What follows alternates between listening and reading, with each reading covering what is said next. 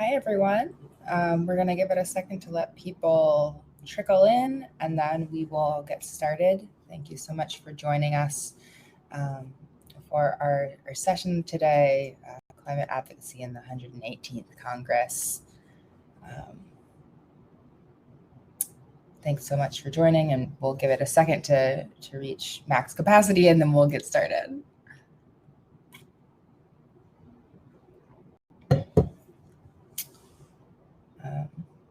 So excited to have you all with us. Hope your ecumenical advocacy days have been fruitful.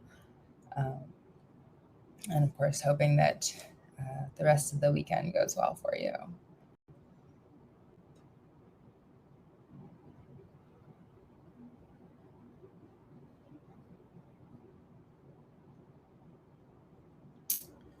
And I think we can go ahead and get started. And as people trickle in, then we'll let them catch up on what we're doing. And of course, we are recording, so this could be seen at a later date. Thank you all for joining us for our workshop, Climate Advocacy in the 118th Congress. I'm Helen Smith with Creation Justice Ministries. I'm a policy advocate at Creation Justice Ministries, which is a faith-based environmental nonprofit, and we seek to educate, equip, and mobilize faith leaders. Today, I'm joined by some wonderful people, Madison Mayhew and Emily Worspa.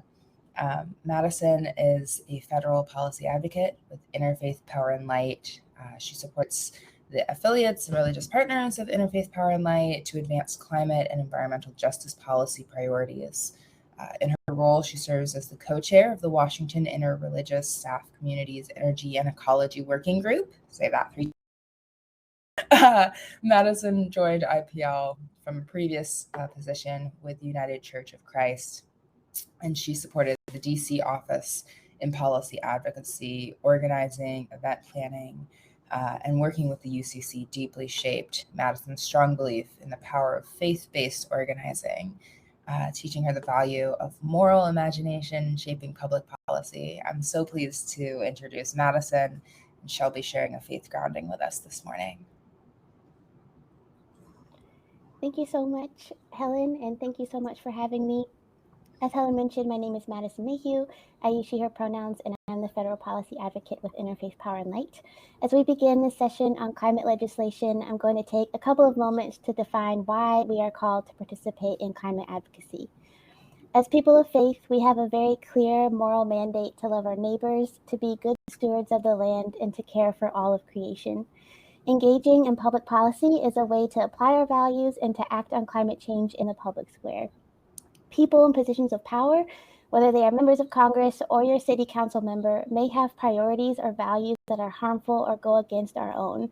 Advocacy is a beautiful way and an important tool in holding our elected officials accountable to ensure our neighbors and all of creation are protected, supported, while calling for policies that do reflect our own values. We are also clearly called to care for people who are on the margins and to break systems of oppression. For too long, Black, Indigenous, and people of color communities have borne the brunt of toxic pollution and other environmental crises while contributing to climate change the least.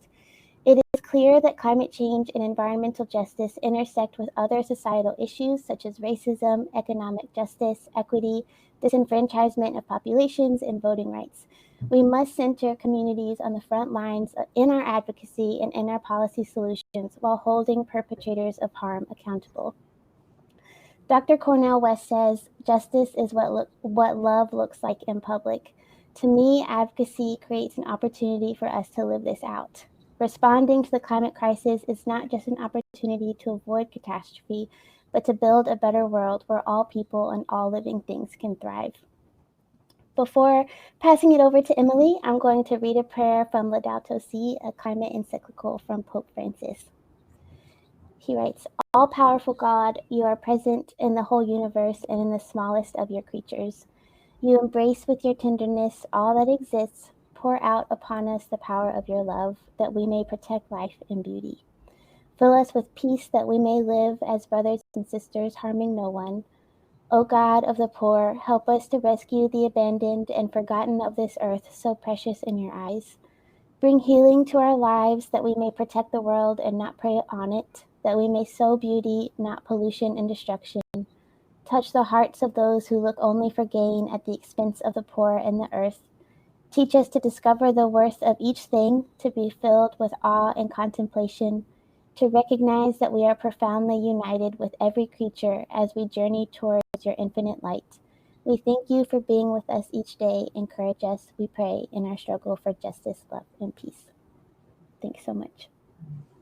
Thank you, Madison. That was a great grounding and prayer to really bring us in and center us. Today, our training is presented by Emily Worsba. Emily is a senior manager at Federal Affairs at the Environmental Defense Fund, where she builds relationships with members of Congress, develops legislative strategies to advance the transportation, electrification, and climate change priorities. Prior to EDF, Emily was the legislative manager for sustainable energy and environment at the Friends Committee on National Legislation, the Quaker Lobby. While at FCNL, Emily served as co-chair of the Washington Interreligious Staff Community's Energy and Ecology Working Group. Emily is on the Advisory Council for Our Climate, which empowers young people to advocate for the science-based, equitable, and intersectional climate justice policies that build a thriving world. And with that wonderful wealth of experience, I'll let Emily take it away with our presentation. Great. Thank you so much, Helen and Madison. It's really nice to be with you all today. I'm going to share my screen, which will take just a second, and also want to just say that I've been feeling a little bit under the weather, so my apologies in advance for my voice. Just a second.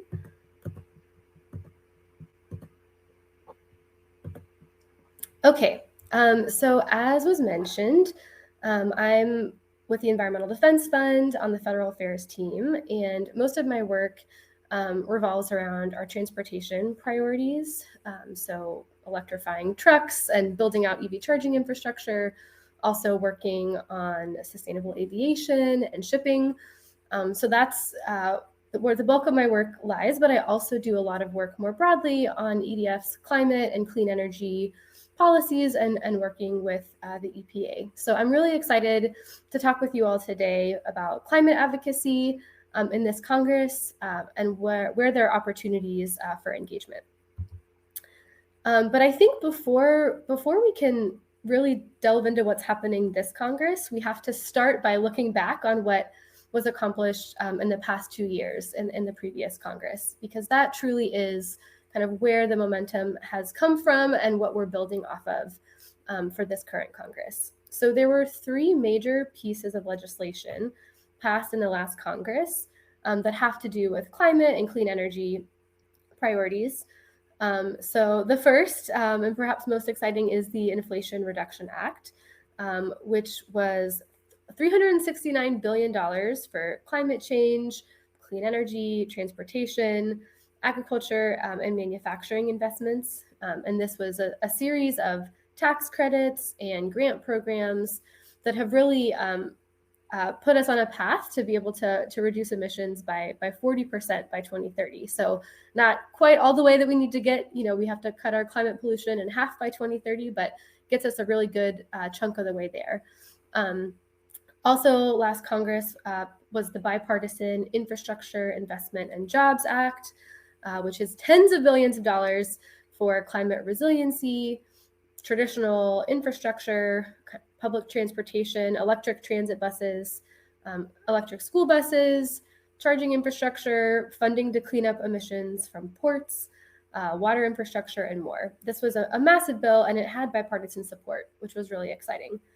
There was also a bipartisan bill called the CHIPS and Science Act, which will help bolster kind of U.S. semiconductor capacity, really catalyze R&D, and help with kind of the science and technology needed to transform our economy.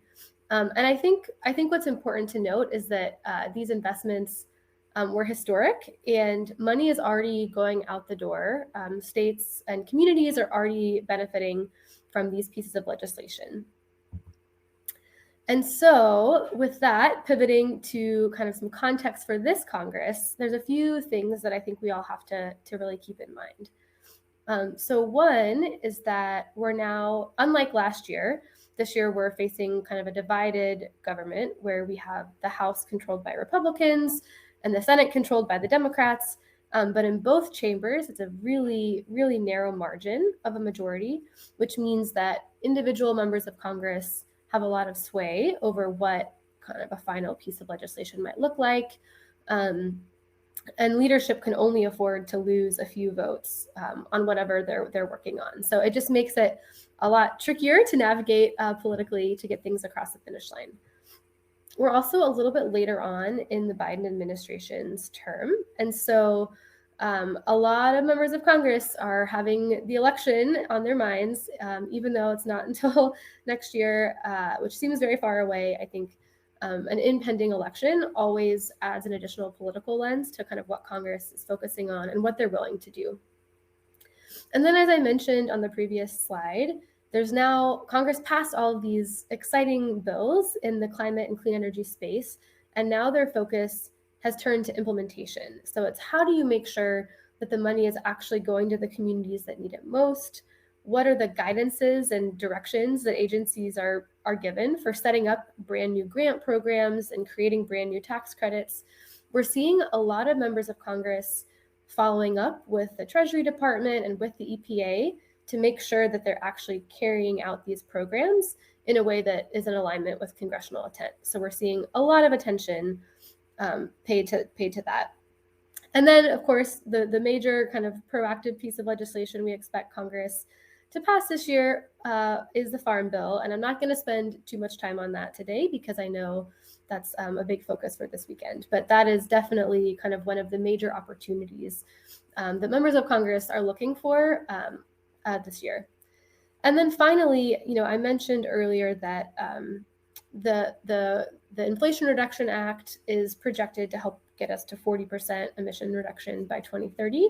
But in order to kind of get the rest of the way there, to cut our climate pollution in half by 2030, we're seeing a series of rulemakings coming from the Environmental Protection Agency and other agencies to kind of use their existing authority to put forward rules that will result in getting us closer to meeting those emission reduction goals.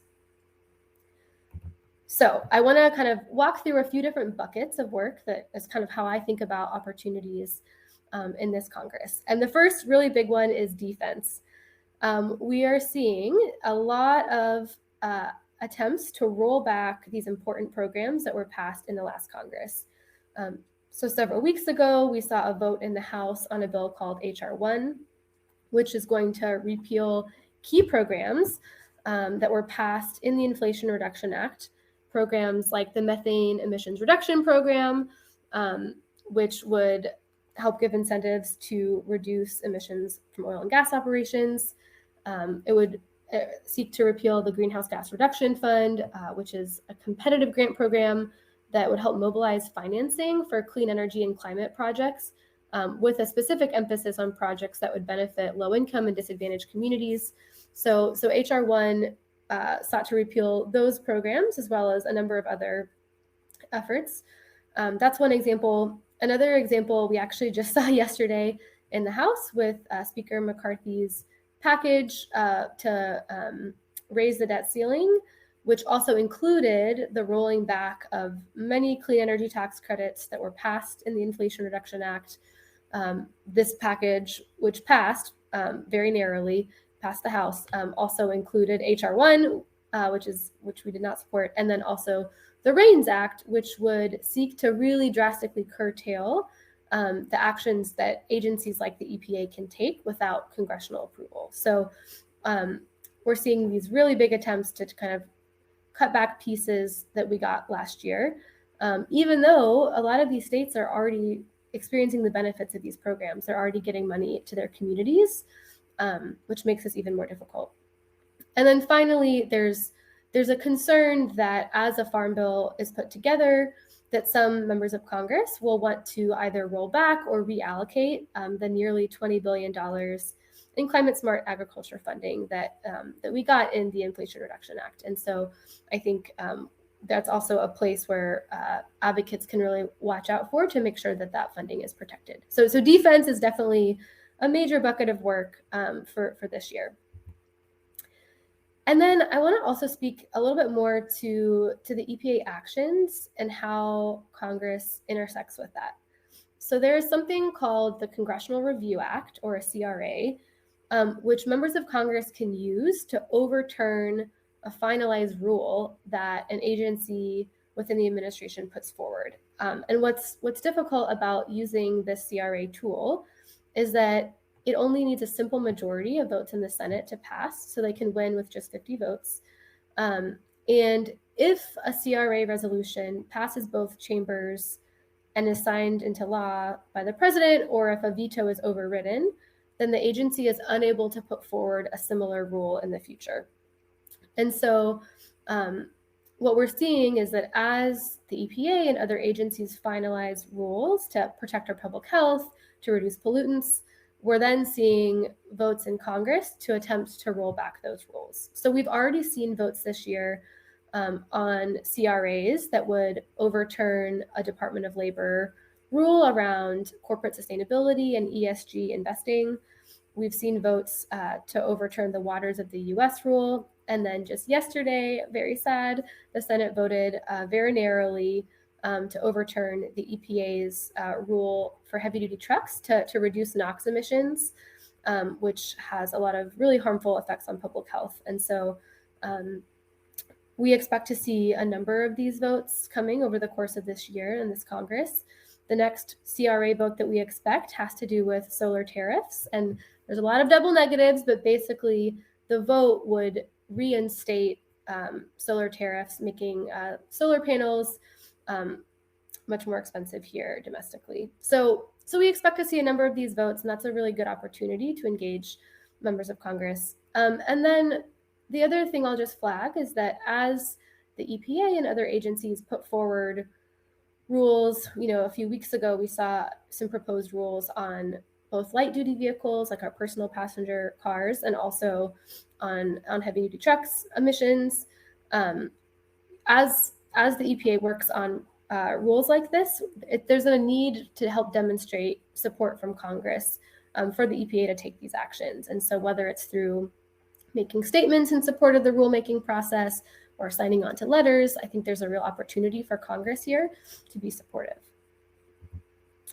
The next bucket of work I want to talk about is our federal budget. So lots of dynamics here. So Congress is currently working through their appropriations process, which is basically how Congress chooses to allocate funding. There are 12 different bills, and based on what gets funded, that's a real reflection of our government's priorities. And so the process looks a little bit different this year, with Republicans in charge of the House and Democrats in charge of the Senate. But the short summary is that members of Congress have already submitted their requests into the Appropriations Committee. And then Congress will spend the spring and summer actually writing and voting on these bills. And they'll need to either pass all 12 spending bills or kind of a larger bill called a continuing resolution that would just help extend the current levels of funding by September 30th to avoid a government shutdown. So this is kind of a key date to watch out for, and you'll see a lot of members of Congress focused on appropriations right now. And one of the big asks that we've been focused on is making sure that the EPA in particular is fully funded, especially the Office of Air and Radiation, which really thinks about rules and actions to help protect public health. And the reason that we've been so focused on the EPA right now is that not only are they putting out a lot of rules to help reduce emissions that are and pollutants that are harmful to public health, but they've also been given all this funding from the Inflation Reduction Act to set up new programs, new grant programs, to fund clean school buses, or to reduce emissions at ports, or to fund environmental justice initiatives. And so it's really important that the EPA has enough of a staff to actually be able to carry out all of these exciting opportunities. And then, the president also puts out their budget, kind of showing what the funding levels they'd like to see And so kind of another guiding post that we've been thinking about is, how do you work with Congress to pass a budget that can closely match the president's priorities? So this process happens every year, and it always gets caught up in political drama. And I think a big thing this year that could throw a wrench into things is the debt ceiling. And you might have heard about this in the news, but this is like the legal limit on the total amount of federal debt that the government can actually accrue. And if we hit that limit and Congress hasn't voted to raise the debt ceiling, that could cause the U.S. to default on our loans, and it would cause a lot of problems with the economy, and it would be a really bad thing. We've never defaulted on our loan. And so this Congress needs to take a vote to raise the debt ceiling. And this bill that passed the House yesterday that Speaker McCarthy was leading would raise the debt ceiling with a lot of other repeals and rollbacks of climate and clean energy programs. And so I think a lot of advocates are urging Congress to pass a clean debt ceiling bill, to raise the debt ceiling, but not in the process attach anything else to that could be harmful. So this is definitely something to also stay tuned to urge your members of Congress to raise the debt ceiling in a way that doesn't also at the same time roll back important clean energy and climate programs. So then something else I wanted to touch on that we'll be hearing a lot about is the need for permitting reform. And basically, a lot of these conversations, they can be pretty polarizing, but there's a desire from a lot of members of Congress to speed up the process that energy projects are approved and built. I think there's a desire to increase the pace that clean energy projects are approved, and then some members of Congress also want to increase the pace that fossil fuel energy projects are approved. And there's a real concern about this bypassing community engagement and making sure that communities that will be affected and impacted by the projects that are built are actually included and have a seat at the table, and are able to push back against potential harm. And so there was a desire by a lot of members of Congress and the White House to pass permitting reform at the end of last Congress. That didn't happen. And so once again, we're seeing that conversation pick up this year. Both Republicans and Democrats have their own versions of what that should look like. And I also wanted to mention the A. Donald McEachin Environmental Justice for All Act, which is a bill that a lot of organizations support. And this bill does many things. I'm not going to be able to touch on all of them, but a few things is that it codifies President Clinton's executive order that actually directs federal agencies to develop their own environmental justice strategies. And it ensures early and meaningful community involvement and engagement when proposing projects under NEPA, which is the National Environmental Policy Act. And so this is a piece of legislation that a lot of people are building up support for and holding it up as an example of action that they would like to see. And then finally, I think we're expecting to see a lot of other pieces of legislation get introduced from members of Congress that will seek to build on the progress made last year. And so whether a lot of these bills, even if they don't actually pass and become law this Congress, are still really important to work on, to build up congressional support and to put our good ideas out there.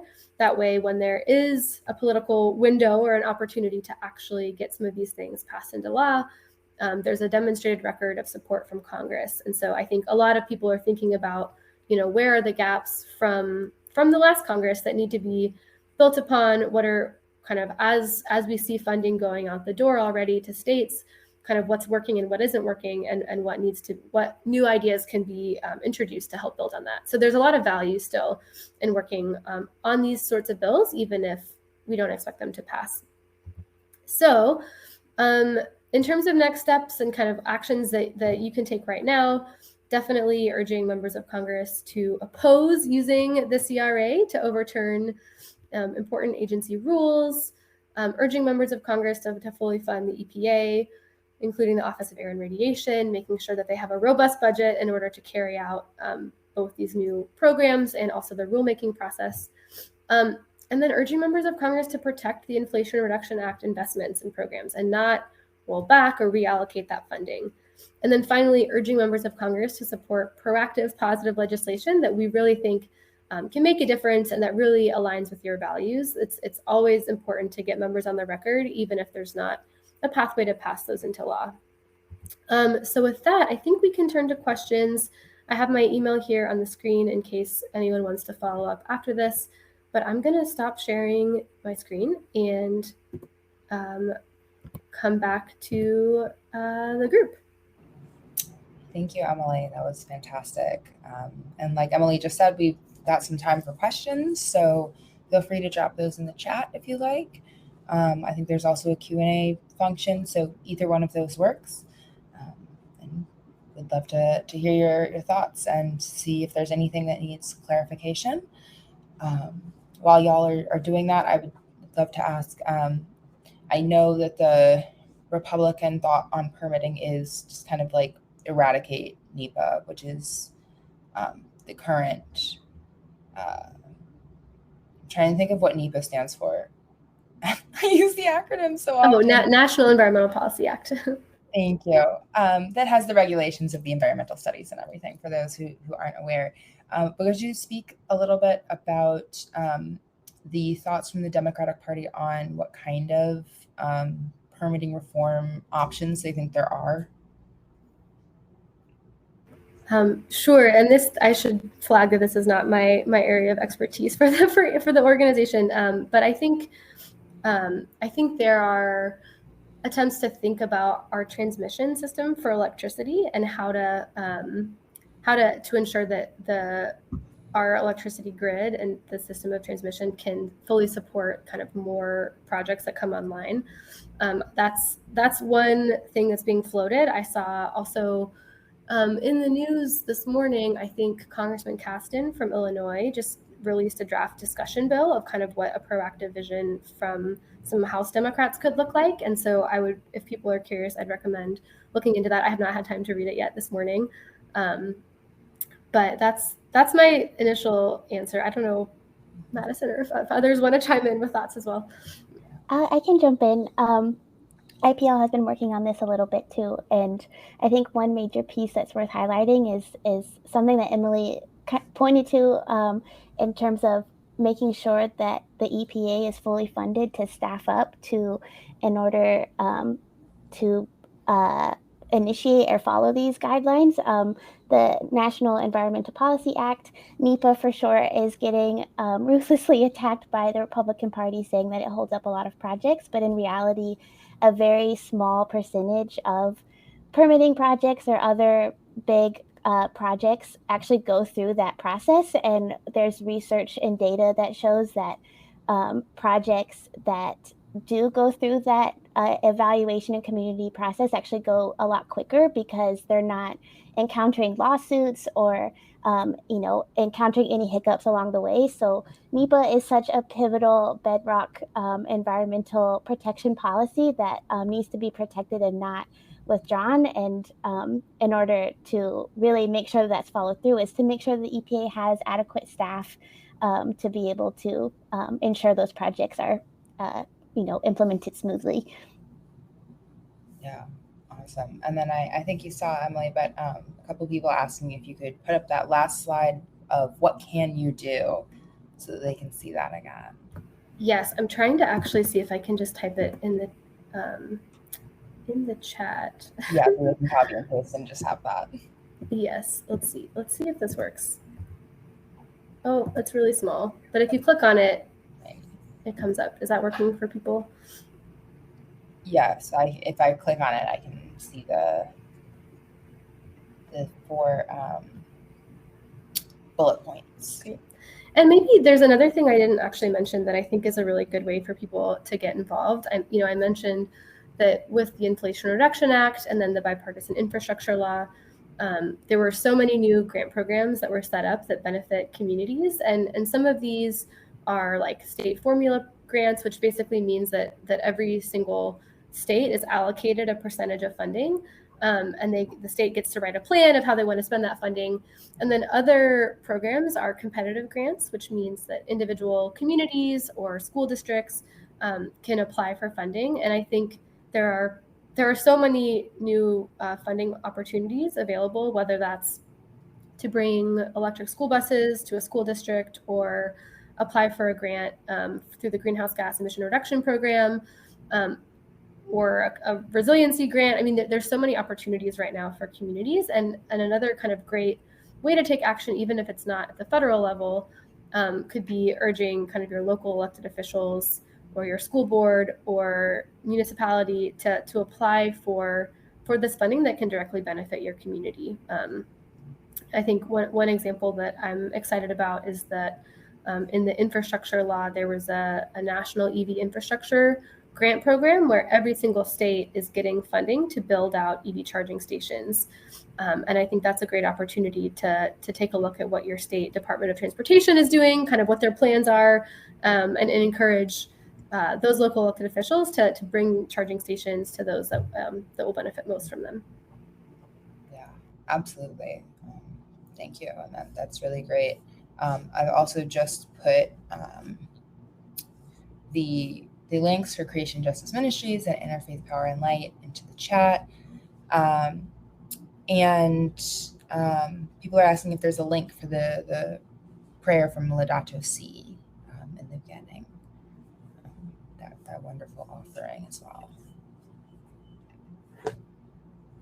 Can I jump in and add a additional action? Yeah. I'll make a plug. I've been working a lot on the Farm Bill, and I know that it's going to be a big focus for advocacy this weekend, mostly focusing on the nutrition title, which is so important. And I think a piece of the Farm Bill that often gets overlooked is the small percentage, about 20%, that goes directly towards farmers, and how we allocate that funding dictates a lot of our agricultural priorities. And I think it's important to emphasize that our agriculture system currently contributes about 11% of U.S. emissions. And so there's a huge need to identify new ways of changing the ways we go about our practices, and implementing more sustainable and regenerative farming practices so that we can reduce those overall emissions. I'm happy to send more information if folks are interested, but there are a couple of programs that I think are really key. Emily touched on this earlier, but there's some IRA funding that is currently at risk that provided multiple billions of dollars for climate smart agriculture that is a part of the Farm Bill, and we don't want to lose that because that money goes towards farmers and rewards them for actually implementing practices that reduce emissions instead of contributing to them. And there are a couple of USDA programs that address that issue as well, that we want to make sure are protected and support those farmers as well. And could spend a lot of time going in the weeds on this, but I don't want to use the platform here to do that. But if folks are interested, I'll put my email in the chat and we can stay connected on additional ways that could take action on climate in the Farm Bill. Yeah, absolutely. Thank you. We've got some love for the Iowa Interfaith Power and Light in the chat as well. So glad that that's a great resource for advocacy for you. And so exciting that we can have conferences like this where it can span across the nation, which is great. Do we have any other questions or feedback while Madison's getting the link for the Laudato Si prayer?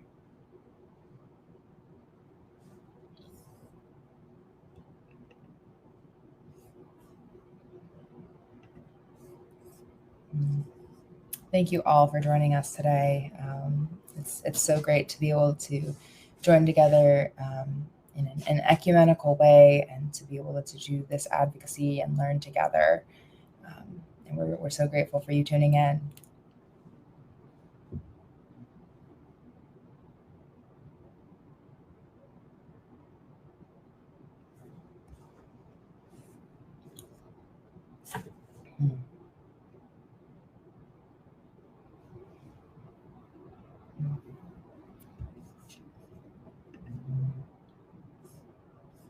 Perfect. Thank you for dropping that prayer, Madison. And I will say we've we've got a couple more minutes for our session to continue. So of course, any other questions, just kind of advocacy related in general, would be happy to answer those. Personally, I've spent the last 2 days on the Hill doing advocacy and shepherding people around. First time in person since the pandemic, which was great. And it's so wonderful and so powerful to have people of faith on the Hill and advocating, even in the virtual meetings. I've had the administration express to us how meaningful it is and how they really appreciate having us in this space and really pushing the moral imperative of caring for God's creation and God's planet and people. So just by attending this session, you're doing God's work, and we appreciate that. I do actually have one more thing. One more. Go ahead. Yeah. As I know folks may be hopping off, but another priority of ours right now is the Recovering America's Wildlife Act, which is a bipartisan bill that provides funding to address wildlife on the brink of at risk for becoming extinction.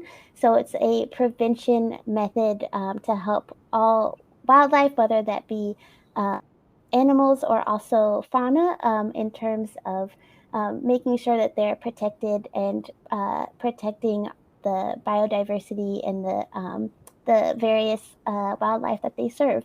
And it's really exciting. It provides a lot of funding that goes directly towards state wildlife agencies to implement their own plans. And it also provides funding for tribal nations to implement their own indigenous practices in their communities. And there's a lot more within it, but it's really exciting because this has been a work in progress for decades and is just a really exciting time. And so I can share, we have an action alert at IPL that provides a tool to contact your senators to pass the Recovering America's Wildlife Act, and I can put that in the chat.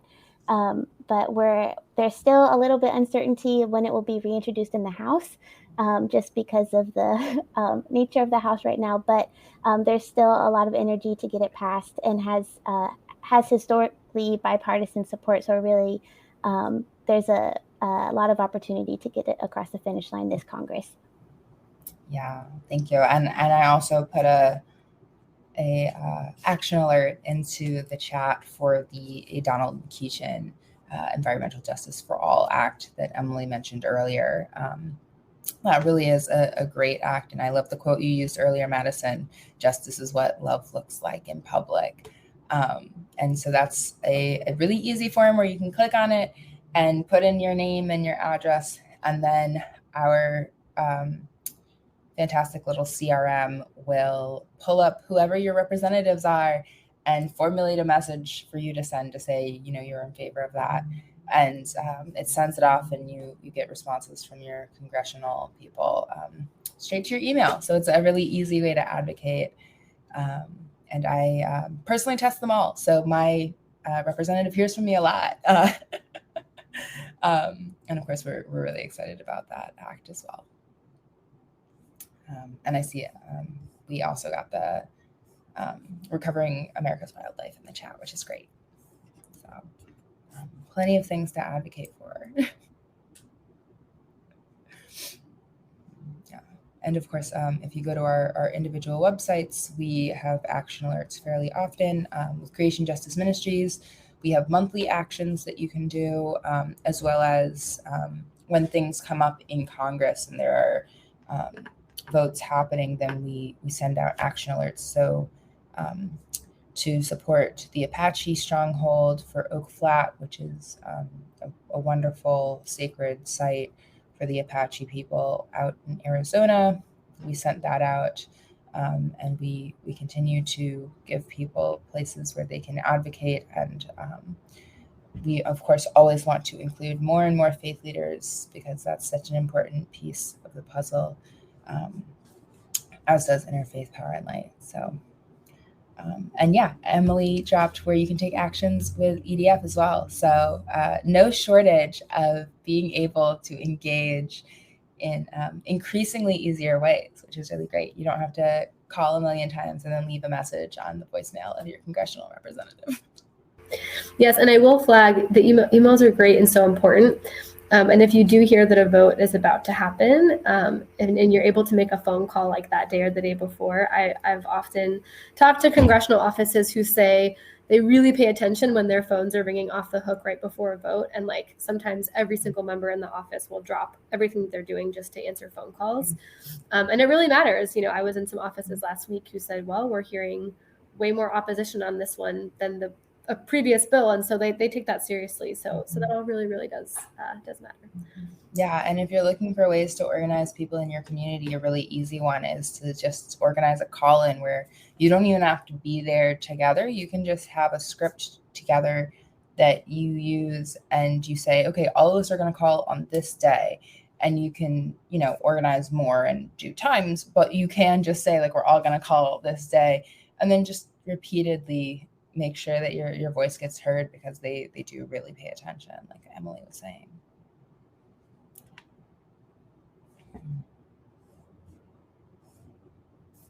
Any other plugs or bills to mention in our last 5 minutes?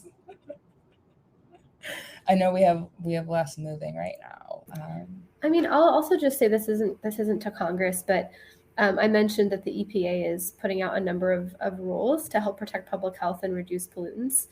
And so, 2 weeks ago now, they put forward a rule to reduce tailpipe emissions from heavy-duty trucks, and then also like personal cars and vehicles. And the comment period for writing into the EPA on the heavy-duty trucks rule actually is starting today. And so we were diligently working over here at EDF on our action alert for that, being able to write in to the EPA to tell them that you want the strongest rules possible to reduce emissions from heavy-duty trucks is another really great example of an action that you can take. And it's not to Congress, but it's to the EPA. And I think one of the reasons why I've loved working on transportation policy so much is just thinking about how intersectional it is.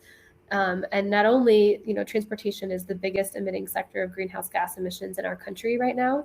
So we have to reduce greenhouse gas emissions from our vehicles and our modes of transportation, but it also has, reducing tailpipe emissions has this immediate impact on public health.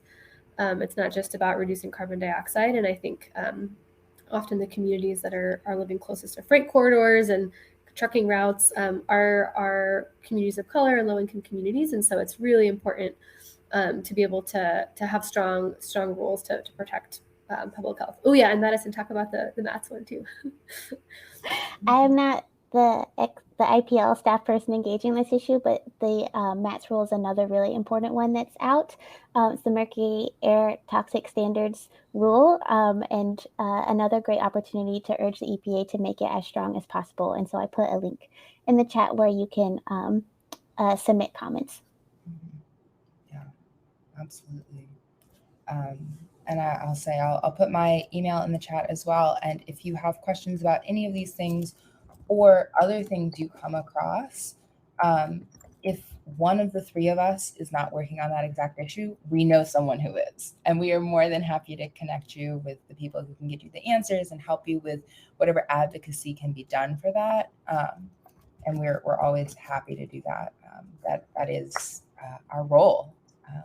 So again, I just want to thank you in our last minute and a half for tuning in and for caring about this and listening to things that might get a little bit wonky and engaging with it, because it does get in the weeds pretty fast. But it's really important to be able to sort through that stuff and figure out how to move forward together.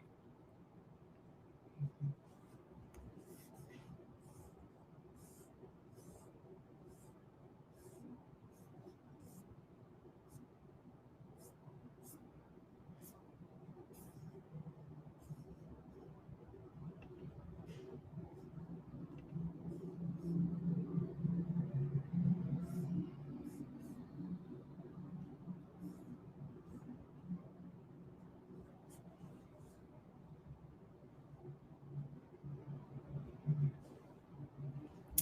Have a great day with the rest of your sessions, everyone.